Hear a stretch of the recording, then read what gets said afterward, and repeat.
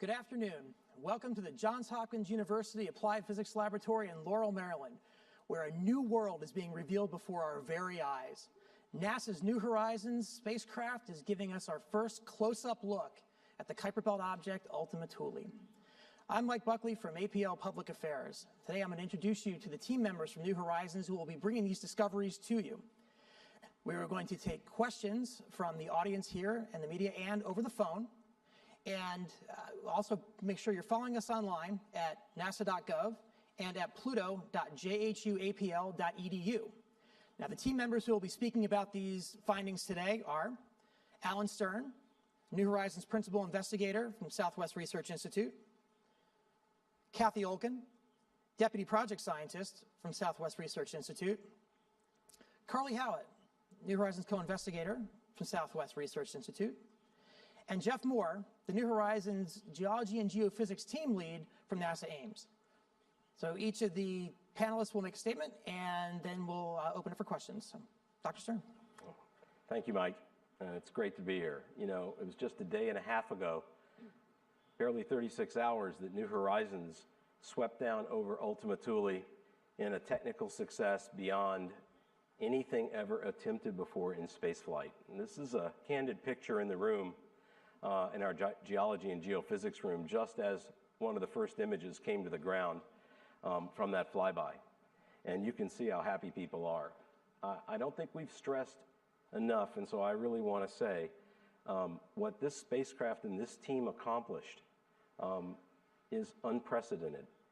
The object that we rendezvoused with at midnight on New Year's Day wasn't even known until the summer of 2014. And we had to use advanced tools like the ESA Gaia Observatory and the Hubble Space Telescope to get its orbit well enough to intercept it at a precise place and moment in time at a speed of 32,000 miles an hour.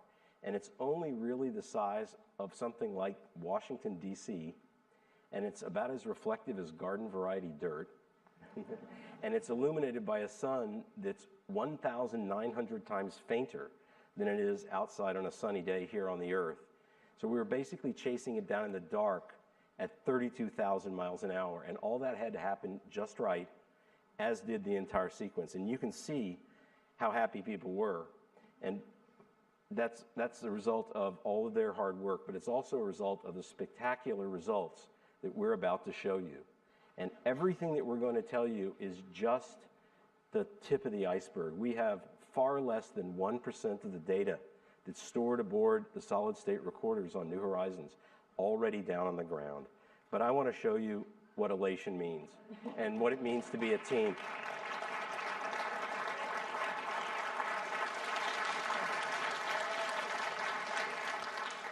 Now let's get to the science.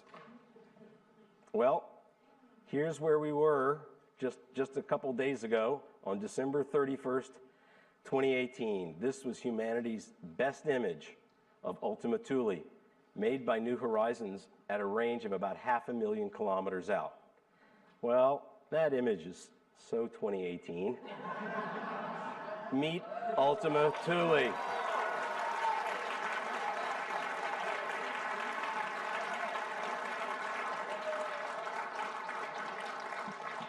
Just like with Pluto, we could not be happier. What you're seeing is the first contact binary ever explored by spacecraft. It's two completely separate objects that are now joined together, and you're going to hear a lot more about that from Jeff Moore in just a little bit. Before that, I'm going to tell you a little bit more about it, and then Kathy Olken is going to add to the story. I'm telling you about its rotational properties and about albedo variations or reflectivity variations we see on the surface. Carly Howitt is going to tell you about, she's going to show you the first color images of Ultima. And then tomorrow we're going to show you even more because stereo's coming to the ground, composition information's coming to the ground. We're looking for the atmosphere, and that data's just landed. So we'll have a lot more to tell you tomorrow as well. But let me say, that bowling pin is gone.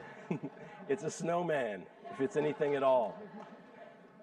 And, you know, we have to start thinking about some provisional names, and particularly we need names right up front for the two lobes so that we can refer to them individually. Now, being scientists, we're not all that creative with words, so what we've decided to do is name one lobe Ultima and the other Thule. The big one is obviously Ultima. It's pretty easy to remember. And I want to talk about one more thing before I turn it over to Kathy. You remember that in the summer of 2017, one of the things that we did to pin down the orbit and so that we could intercept this amazing place in space was called the stellar occultation, in which we actually had to put a couple dozen telescopes in the shadow path of this tiny little city-sized world from 4 billion miles away. And we predicted where that would be if we knew the orbit precisely right. It was down in southern Argentina. And in fact, we managed to get that just right. And as you can see, some of those telescopes actually saw the light of Ultima blocked out, and that painted out a silhouette. And as a result, we learned something about Ultima's shape, and we were able to precisely pin its position in space at one precise moment in time, using another technology called GPS satellites. This is part of what went into this amazing success of being able to do what New Horizons just did earlier this week. But I want to put the cherry on top and show you how well that occultation profile fit the actual target when we actually resolved it with the LORRI camera. How's that?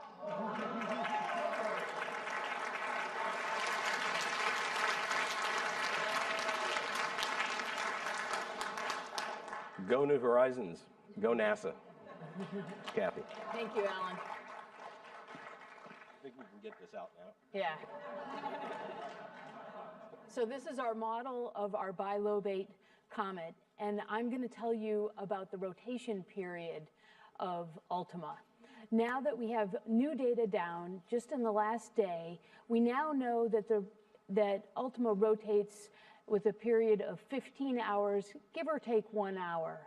And now that we have this information, that's helped us to understand the mystery and further reveal what's going on with the light curve on Ultima. This animation shows the rotation of Ultima, the bilobed object there, compared to an ellipse. So when you have two spheres rotating, you're still seeing the same surface area, so there's less variation, and then compared to an ellipsoid, as it would vary, you're seeing a different projected area. So this bilobe shape combined with the other information means that we really fully understand the rotation period and the light curve now. I also want to tell you about the reflectivity of the surface. So we see the light that we see on Ultima is reflected from the sun, and we can see different brightness variations depending on how bright the surface is. So the brightest areas reflect 13% of the incident sunlight, and the darkest areas reflect only 6% of the incident sunlight. And just like Alan told you before, this is very dark. This is like potting soil. So this is a very dark object, but it shows a significant variation, a factor of 2 in brightness across its surface. One very interesting feature is the neck that connects the two objects in the contact binary. That shows it's one of the brightest regions with a reflectivity of 13%. And that's consistent with having fine-grained materials that have settled there due to gravity and slope. We also see variation in each of the lobes. So the lobes show variation also from of a factor of 2, and some of that is right next to each other. The brightest region and the darkest region can be seen right next to each other in the upper Thule lobe of Ultima Thule. And next, I'm going to pass it on to Carly. Thanks, Kathy. Oh, that went too far. Hi, I'm excited today to introduce you to the color of Ultima Thule. So on the left-hand side, you're seeing an enhanced color image. So this is the near IR, the red and the blue, taken by the Ralph instrument, the MVIC, part of the Ralph instrument. In the middle, you're seeing the LORRI image that we've already discussed. And on the right-hand side is the color image overlaid onto that lorry. We had a rough color from Hubble, but now we can definitively say that Ultima Thule is red. Yay!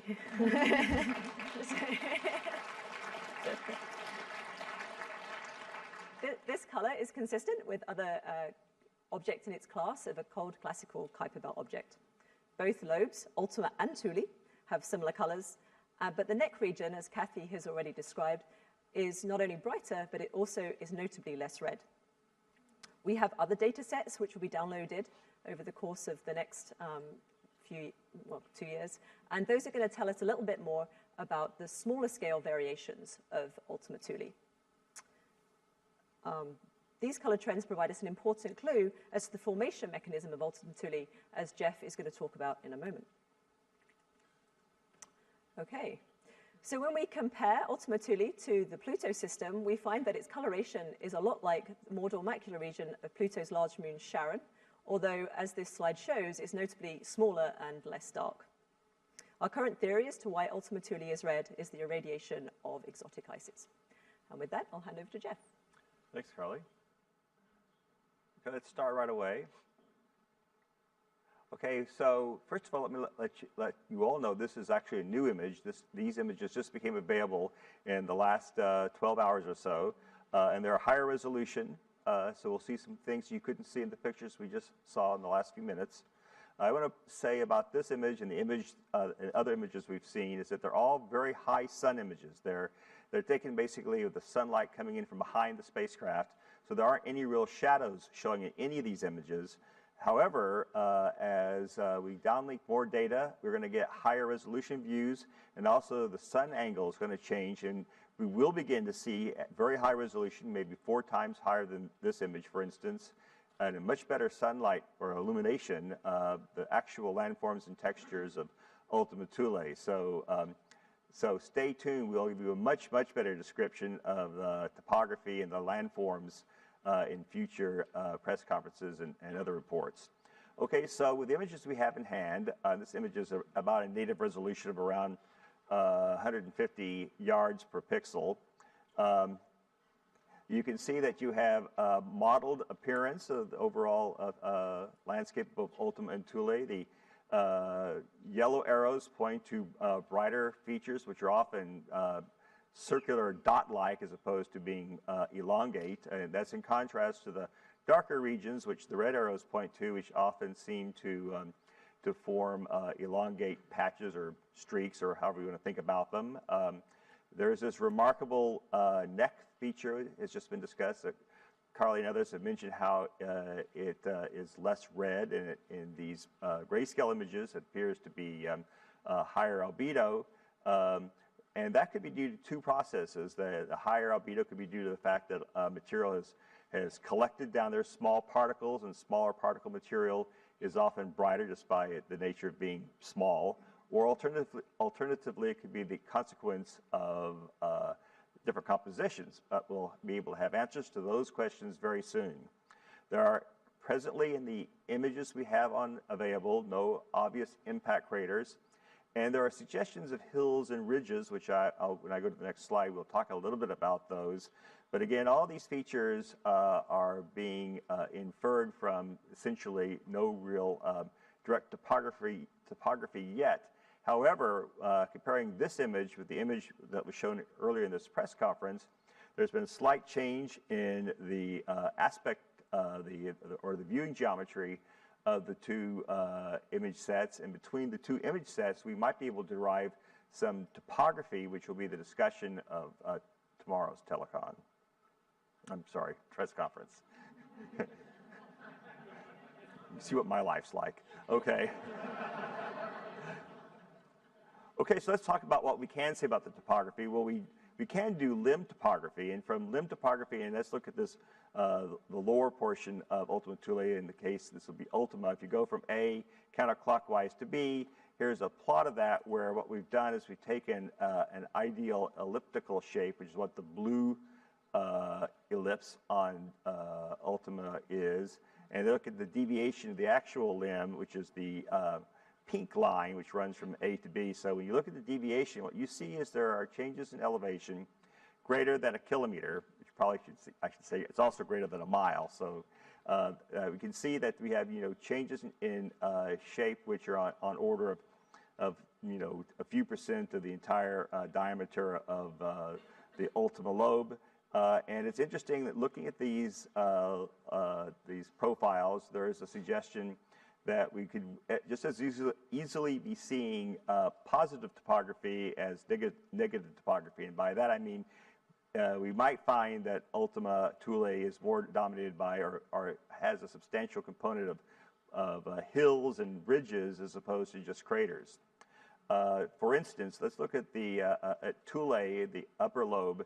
You can see the two red arrows point to basically what look like divots along the limb, and then there's seemingly a dark band which seems to connect these two divots. And if that in fact is related to a change in topography, it might imply that the feature that's basically on the top of, in this perspective, on the top of Thule might be a plateau. But we'll know so much more when both of the reports we can give you tomorrow from the initial stereo analysis as well as the information we'll get from subsequent imaging.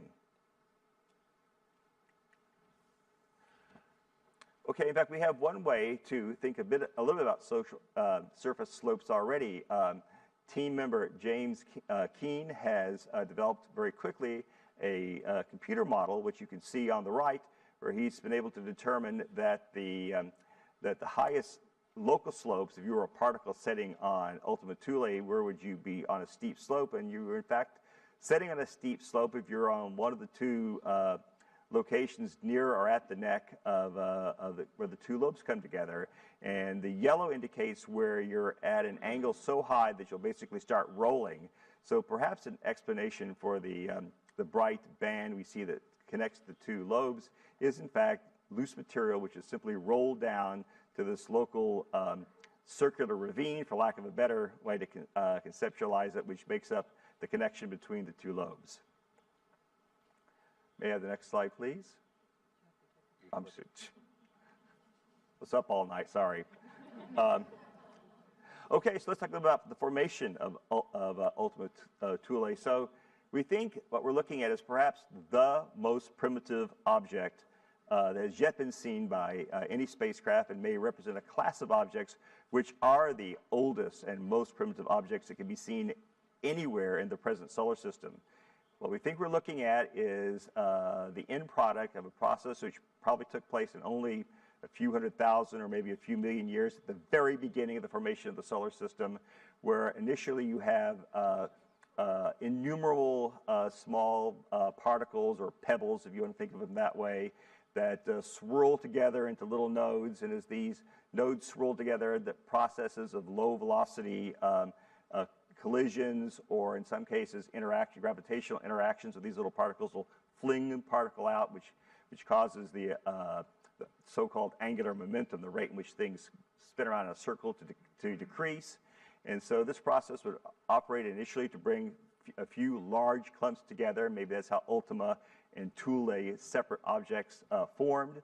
And then as the last few bits and pieces of their local eddy or swirl are ejected or else collide with other objects or with them, the amount of energy that's still left in the system is so little that the two lobes come together.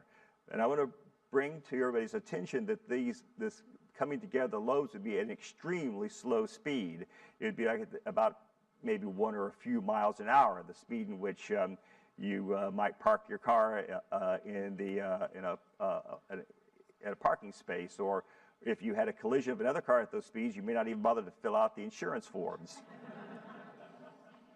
So the real bottom line is that both the nearly spherical shape of the individual lobes, as well as the fact that two lobes come together so perfectly without any basically collisional damage, hence no need for insurance, is a strong indication that it's all formed through accretion and accretionary processes as opposed to some other mechanism. And so what we're looking at is basically the first planetesimals. And from these first planetesimals, where they're more commonly found, or where they were more commonly found, in the inner solar system came together to form the planets and the moons and everything else we see. But these are what's the only remaining basic building blocks in the backyard of the solar system. We can see that everything else that we live on or see through our telescopes or visit with our spacecraft were formed from.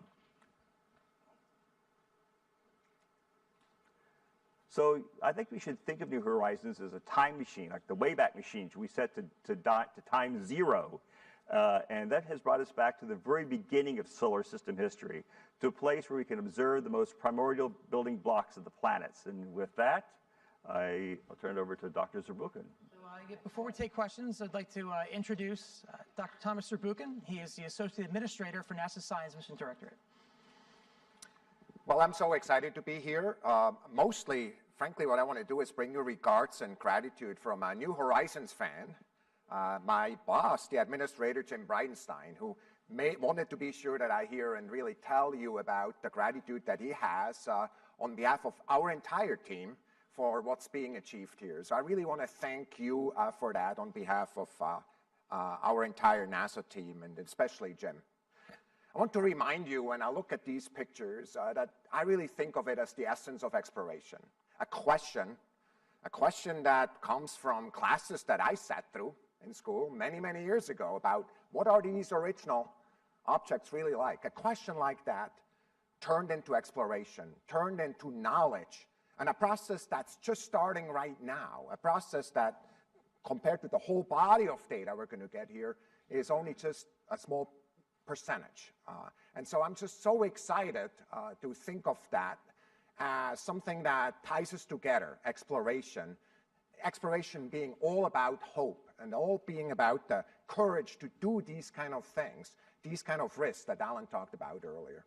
I think of this also in a way, if I look at all the 100 missions or so that we're currently working on, I think of it as a breakthrough in a very different way. Recall that, of course, New Horizons stands off the shoulders of Voyager and other missions ahead of it, but it was done in an entirely new way, in a different way, in an innovative new way, run by a principal investigator team and with an organization like Applied Physics Lab and their industrial partners for about 20% or so of the cost of Voyager.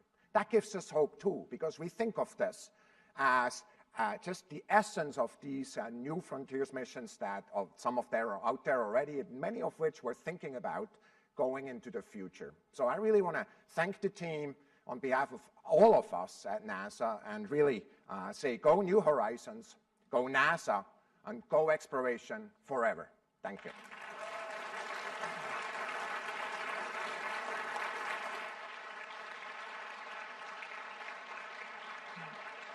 I'd say thank you, Dr. Zurbuchen. And now we will take questions from the media here in the audience. And I think we also have some phone calls too. We'll start here in the auditorium. Hi, it's Bill Harwood, CBS News for Jeff. Looking at those pictures and looking at the neck specifically, is there any way to even guesstimate how strongly bound those two lobes are? I mean, it almost looks like you could break them apart pretty easily. I mean, is there any way to make even a guess at that? Thanks. Well, that's a fair question. We think that they are, in a structural sense, soundly bound, in the sense that you probably couldn't walk up and push them apart yourself. But they obviously came together at such a gentle speed, as I said, maybe a mile an hour or a few miles an hour, that they really are sort of resting on each other. You can kind of think of it as analogous to a spacecraft docking of another spacecraft, almost more than you can imagine it being any kind of collision. And if I can add to that, we've already done the calculation to compare the centripetal force of that 15-hour period to the mutual gravity of these two lobes attracting one another, and shown that the mutual gravity is substantially larger. And so their gravity alone can hold them together, and even without any mechanical forces adding to that. Okay, another question here in the auditorium. Hi, Chris Lintott from BBC Sky at Night. Question for Carly. It looks like there's some color variation in the image. Could you say something about how that might have happened, or rampantly speculate about what might have been going on? So the two lobes, Ultima Thule, do look the same within error, and so there's no variation significantly there. The big variation is on the with the neck region, and that's less blue.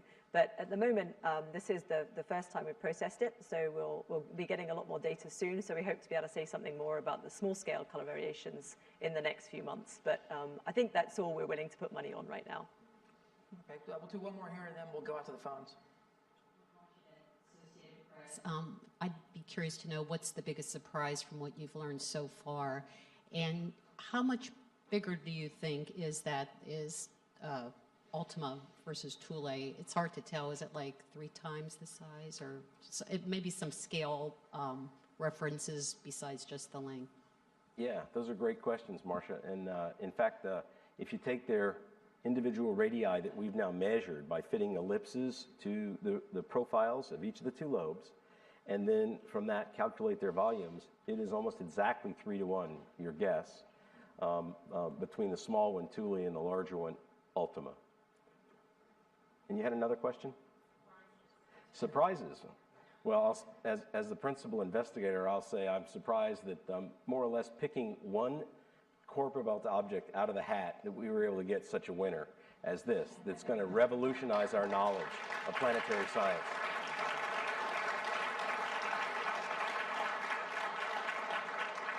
All right, so we'll go to the phones, and at the same time, if you could also state your name and your affiliation before you ask the question.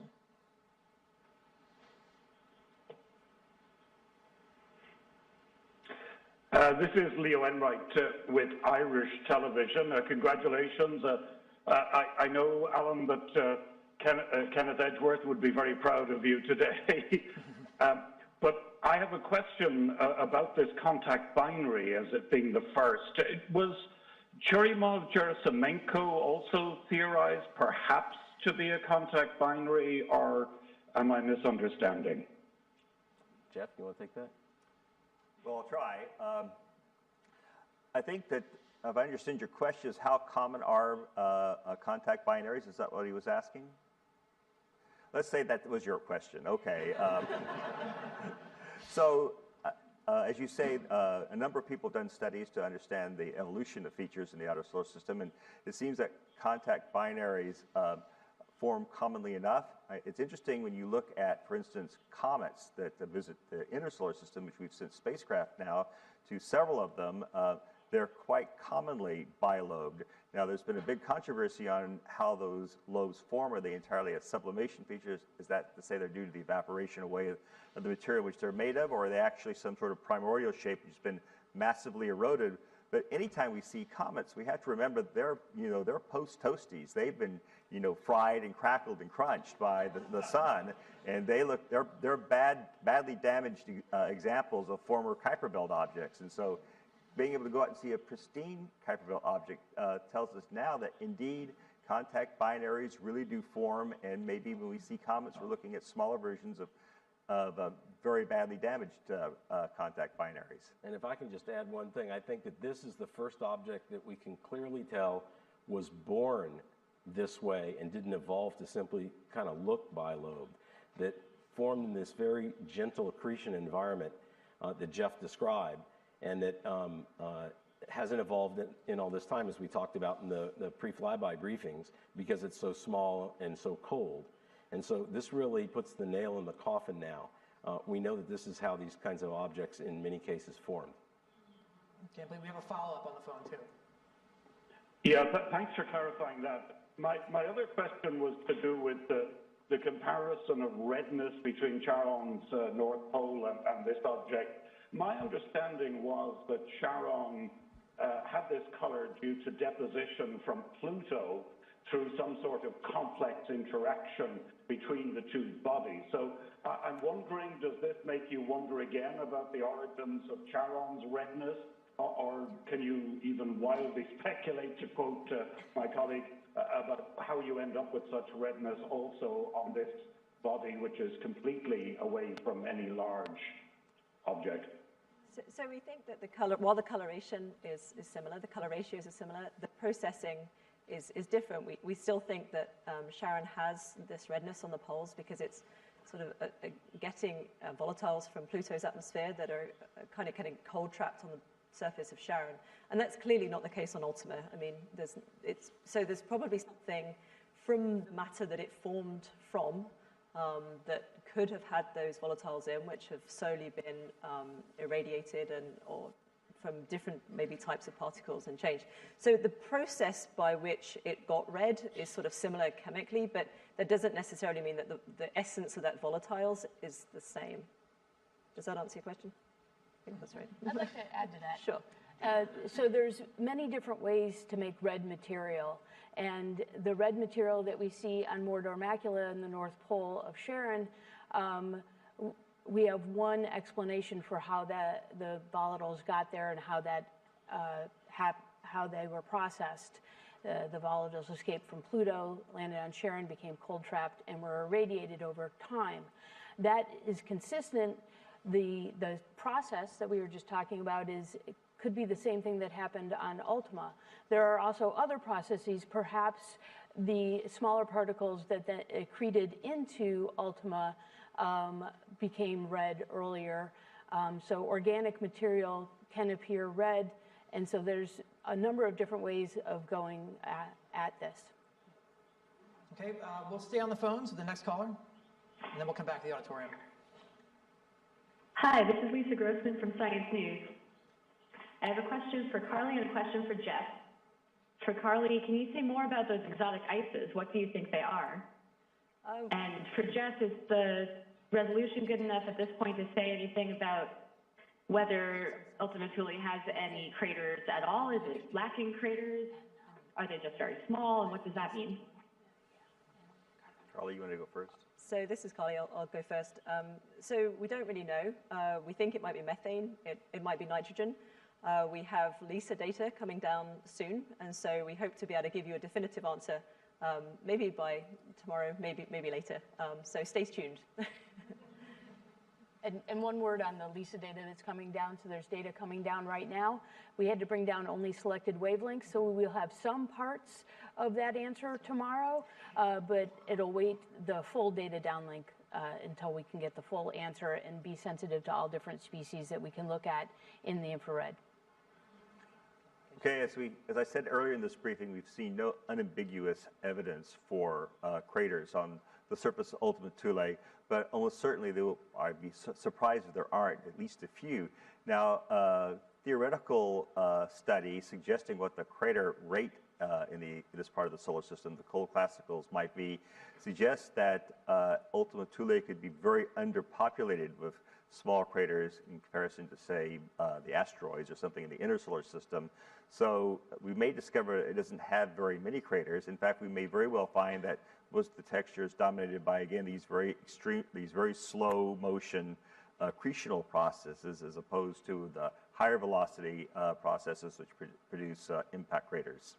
And I'd like to add, just to sharpen up so we don't get any misreporting due to our not being clear, we're not saying there aren't craters on Ultima or on Thule.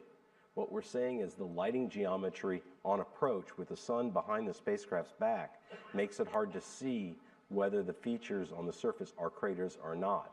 And as we fly around the side of Ultima, we'll get that view with what we call higher phase angles, which means more shadowing. And we'll be able to make a definitive determination, and ultimately we'll count the number of craters as a function of their size to understand the impactor environment. Unfortunately, the approach images that we're showing you that came down first just aren't conducive to determining whether there are craters on the surface or not. Okay, so we'll go back to the auditorium. Hi, Dave McDonald with The Sky this month. Realizing we do have 20 more months of data to come, but so far, do we have anything that would confirm or alter our thoughts about the formation of the solar system or planets in particular yet? Well, it's actually gratifying to see these almost perfectly formed contact binaries in their native habitat.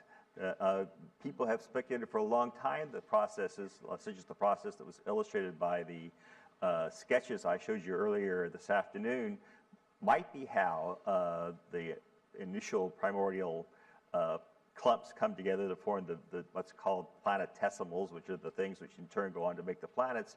But to actually see the things that in fact are consistent with the explanations that we have and theories we've had for how these things form was extremely gratifying. So to zeroth order, our ideas of how these things form seem to be somewhat vindicated by these observations. But of course, as was alluded to before, actually studying the details of how Ultima Thule is shaped and was formed will go very far to clarify the details of that formation processes. Okay, we'll stand here. All right, guys, Mark Strassman with CBS. I have a question about the pictures. Do we have a sense yet of how many there are in total? When and from how far away this one was taken? And then once we get closer, how distinctive will the topography become? Okay, that's easy to answer. As Alan had just mentioned, that as we get closer and closer to the target, the sun illumination will change. Instead of having the sun shine straight onto the target like it is in the images we showed you today, the sun will be moving over to the side, and so you'll have lengthening shadows and hills and dales and craters if they're there. They'll begin to express themselves, and it's several times higher resolution than you saw in the images that we displayed today. So the combination of higher resolution, much better lighting, and the fact that the presentation of Ultima Thule will change as the spacecraft flies past it will allow us to also generate very high resolution topographic maps. So we'll be able to tell you precisely about the shape and sizes and origins and processes which form the landscape.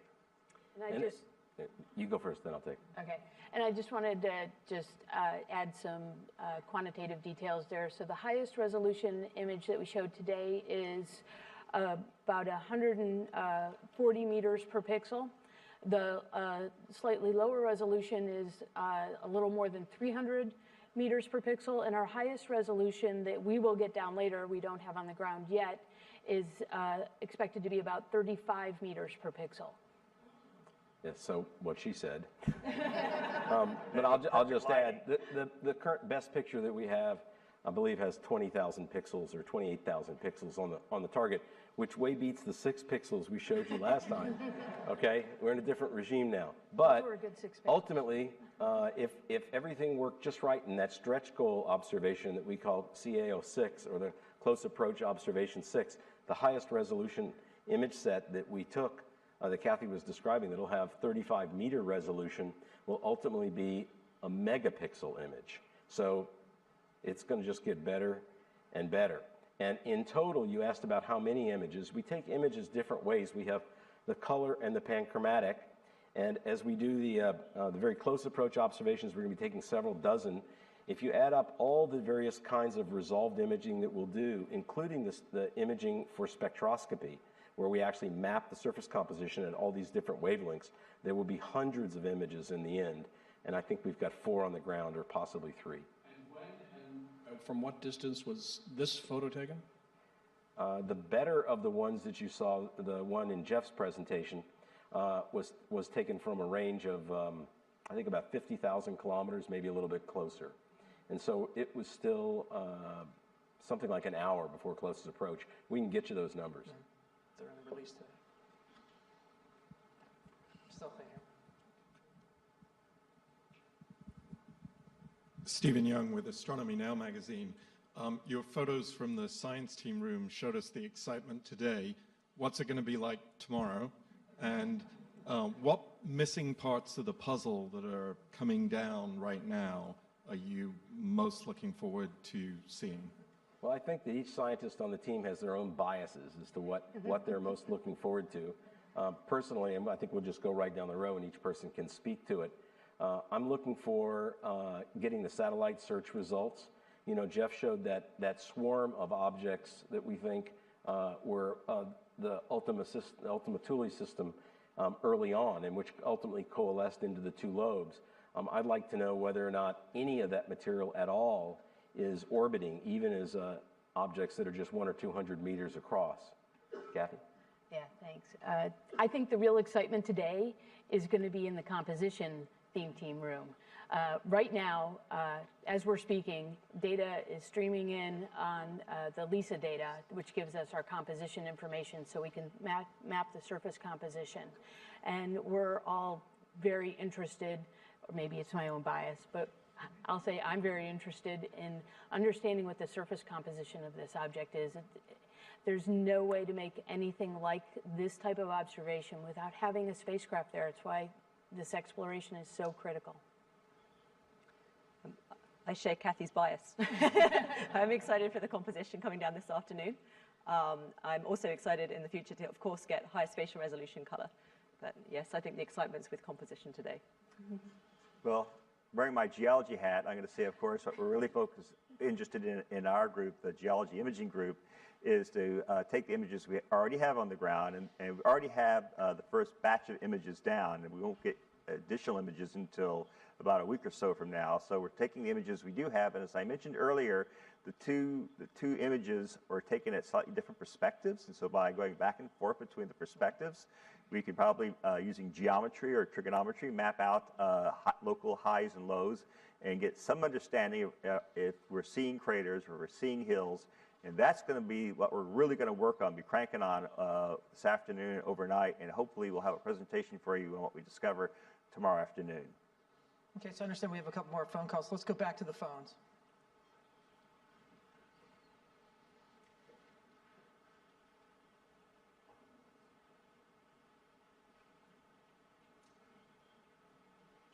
Oh, hi. This is Dave Mosher. I'm a science and technology correspondent with Business Insider. I have a question about, firstly, what comes after this? Maybe it's a bit premature, but New Horizons is still moving along very quickly. Do you hope to reach another target, and approximately when?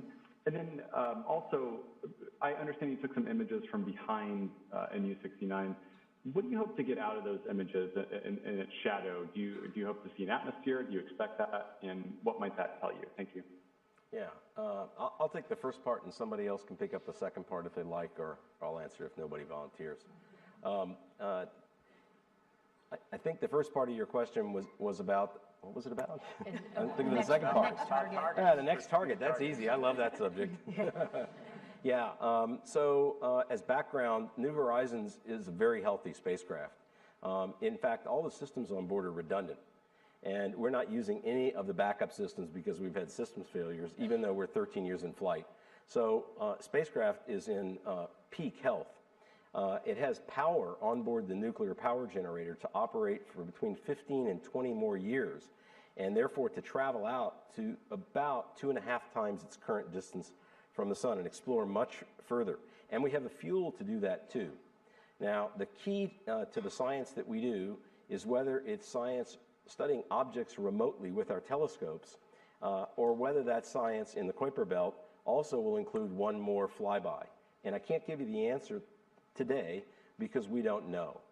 We've been very careful during this period of 3 years where we were planning every detail of this flyby to stay focused on that and not get distracted by the next shiny thing, if you know what I mean.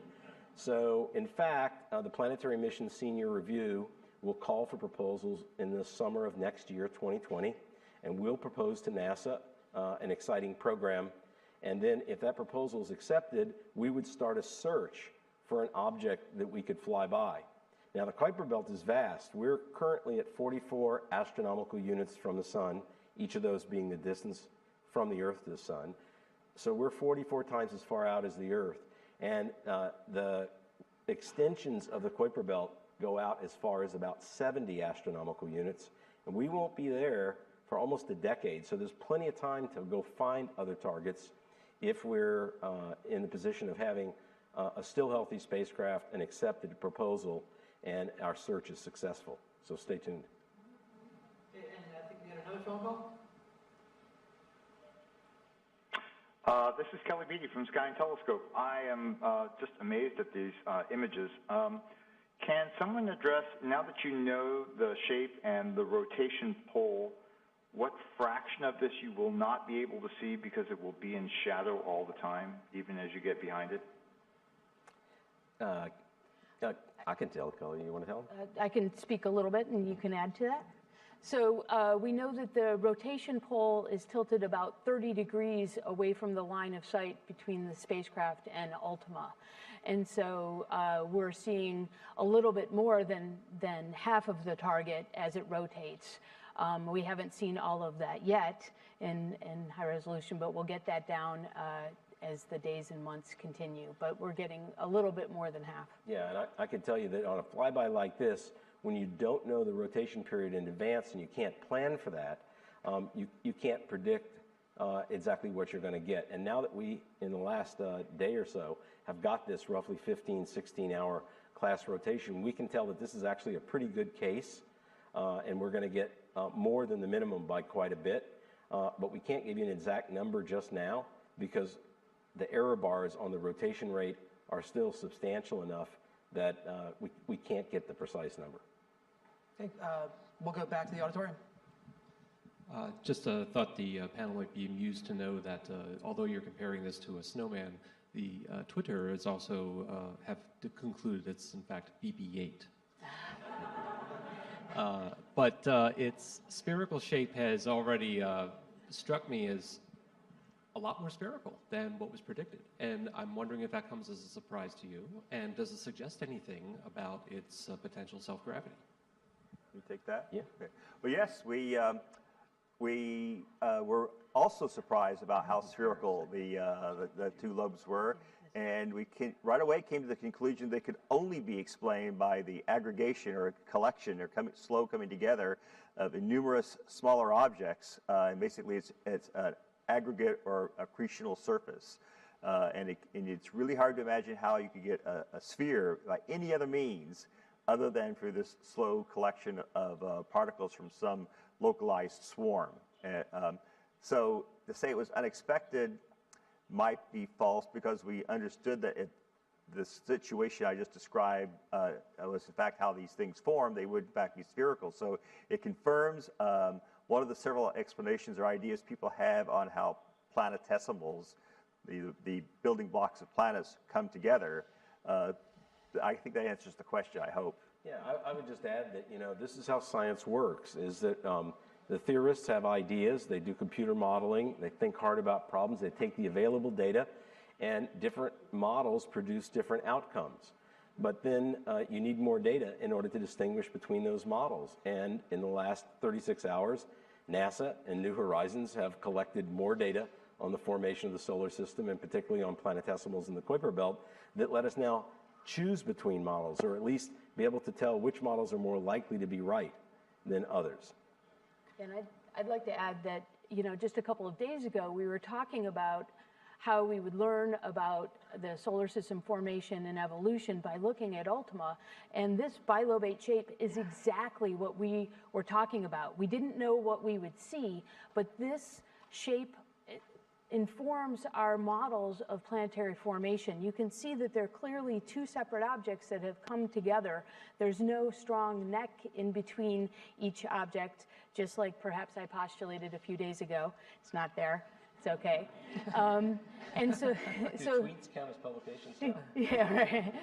So it's pretty exciting to see that. I think this is exactly what we need to move the modeling work on planetary formation forward, because we're seeing evidence right here for accreting objects and then having them combine. Okay, we have a question here in the audience, and then we'll make one more sweep of the phones. Hi, Sarah Kaplan from the Washington Post. Kathy, I was hoping you could talk a bit about, since the geology is giving us these insights into sort of the physics of planetary formation, is the composition and the chemistry of the object, are there particular questions that you think that's going to help answer? And are you willing to speculate a little bit on what Ultima Thule might be made out of and what kinds of things we're going to learn tomorrow? Yeah, so that's why I say I think the excitement will be in the comp room today, because we're getting that first data down that tells us about the composition of the surface. But the color also informs us about the composition of the surface. And so we see red areas and less red areas. And the red looks very indicative of tholins, processed volatile ices that have been irradiated by energetic flux, Lyman alpha radiation, gamma rays, the like. And so that's one way to make that red material that we see. And the less red neck area combined with the high albedo is consistent with fine-grained particles that have settled into that region because of both the slope and the gravity that you would get there. And so I think we are learning a lot about the composition of the surface and the particle sizes on the surface, but we really need to have the infrared imaging spectrometer data down on the ground, and I bet it's there now. Okay, let's go back out to the phones one more time. Yeah, hi, this is Alex Witzy with Nature for Alan. There's been a lot of chatter in the last 12 to 24 hours about some of the historical associations with the nickname Ultima Thule. Can you talk about how you justify continuing to use that nickname for this object? Yeah, I sort of thought we might get that question. You know, I've said it a number of times. I think New Horizons is an example, one of the best examples in our time of raw exploration. And the term Ultima Thule, which is very old, many centuries old, possibly over 1,000 years old, is a wonderful meme for exploration, and that's why we chose it. And I would say that just because some bad guys once liked that term, we're not going to let them hijack it. Thank you.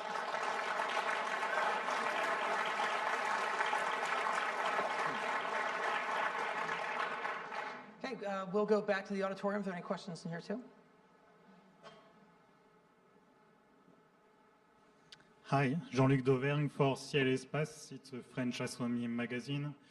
When the probe was between Pluto and Ultima Thule, you have observed a lot of Kuiper belt objects to study their roughness and their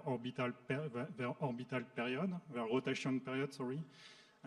What did you learn about that, and is that similar to what you have discovered on Ultima Thule? I mean, do you think that all these objects are similar, or do you see some differences between them?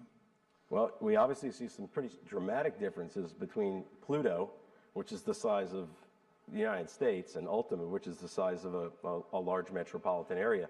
Just in their basic makeup, and you can tell from their shape. Pluto is large enough to have crushed itself into what we call hydrostatic equilibrium. It's perfectly spherical, and Ultima has these two lobes that are individually sphere-ish, but as an object, you see it's bilobate. As we get higher resolution data and the composition data and the higher resolution color, we learn more about it. I predict that not only will Ultima's landforms and composition be very different from Pluto, but even from Pluto's small satellites that are of similar size, because they were almost certainly formed in a very, very different environment in a disk of material around Pluto that resulted from this giant impact that created the satellite system. If others want to add to that, please do. Well, just to expand on your point that the small moons of Pluto resemble shards like you find from a broken piece of pottery, whereas the Ultima Thule resembles two objects which came together and themselves each formed as purely accretional objects, not as fragmentary objects. And that's the fundamental difference between how the small moons of Pluto formed and how Ultima Thule and probably most, or at least very many, of the cold classicals have formed. And then I'll also add that the 15-hour rotation period is a very typical rotation period. You don't need to come up with any odd explanations. Like if it were very, very fast, then you would have it rotating apart. And it could tear itself apart. That does not happen at 15 hours rotation period. And if it's very slow, then you need to figure out some way maybe that you could have slowed it down. So this is a very regular rotation period that we're seeing. Yeah, I think we have time for a couple more here in the auditorium. Bobby Russell with Quest for Stars. A question on the contact zone and the ice there. Would there be any way to derive from the team the internal composition of Ultima Thule from debris frozen in that ice or layering around the contact zone? We're certainly going to look in any windows that are available to us. By windows, I mean fissures or craters or other windows into the interior where we can see evidence of what's going on in the interior in terms of, for example, layering, or color differences or composition differences that might exist.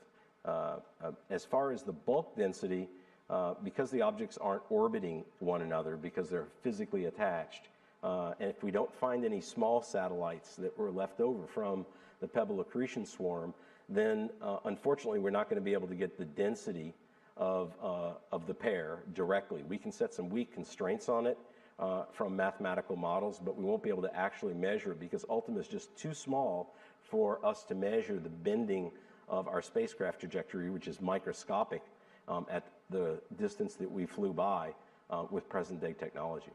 Yeah, I'm trying to sneak in one more. There's so much to pack in this one time. We have time for one more quick question. Hi, thanks. Ken Kramer, Space Up Close. I'm wondering also about the forces keeping it together and breaking it apart. You just mentioned a little bit about the question I had, the rotation. What kind of rotation period would you need to see for this to break apart? Well, and when will we see some data on whether there's any gas evolution? Thanks. Yeah. As far as the rotation rate, it depends upon several factors, like what are the densities of the two individual lobes, which we don't know.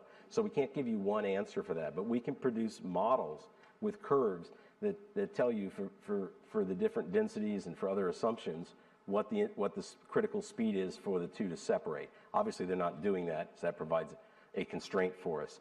Our first calculation showed us what I said was a weak constraint because nobody expects a density this low, but the back of the envelope calculation was that for an assumption of 1 gram per cubic centimeter, basically a composition of water ice for the material, that the individual bodies can't have a porosity that corresponds to a bulk density of less than about 0.2 grams per cubic centimeter. Hope that helped. All right, there is... It'll be about 3 hours. What would the rotation period be? Oh, that's for the current rotation period. You'd have to spin them up to very fast rotation periods, like Jeff said, of 2 or 3 hours. We actually looked at that when we were still trying to explore the rotation rate, which you only determined in the last day or two. So there was a possibility of a high rate rotation, and quickly did some back of the envelope calculations and determined that if we're going, say, 2 or 3 hours or 4 hours, it probably would fly apart. Since it didn't, now we know it's 15 hours, we're fine. But that answers your question, I hope. This is amazing stuff. I know we have just enough time for today, so I want to thank you, team, for bringing this information to us soon. We have one more day with more findings coming in overnight. I want to thank the audience, too, the media here, for taking part in this press conference and online, and continue to keep following New Horizons. We're on nasa.gov, on pluto.jhuapl.edu, on a full range of social media channels with the hashtags Ultima Thule, Ultima Flyby, and Ask New Horizons. So thank you for joining us. See you again tomorrow, and keep on following New Horizons.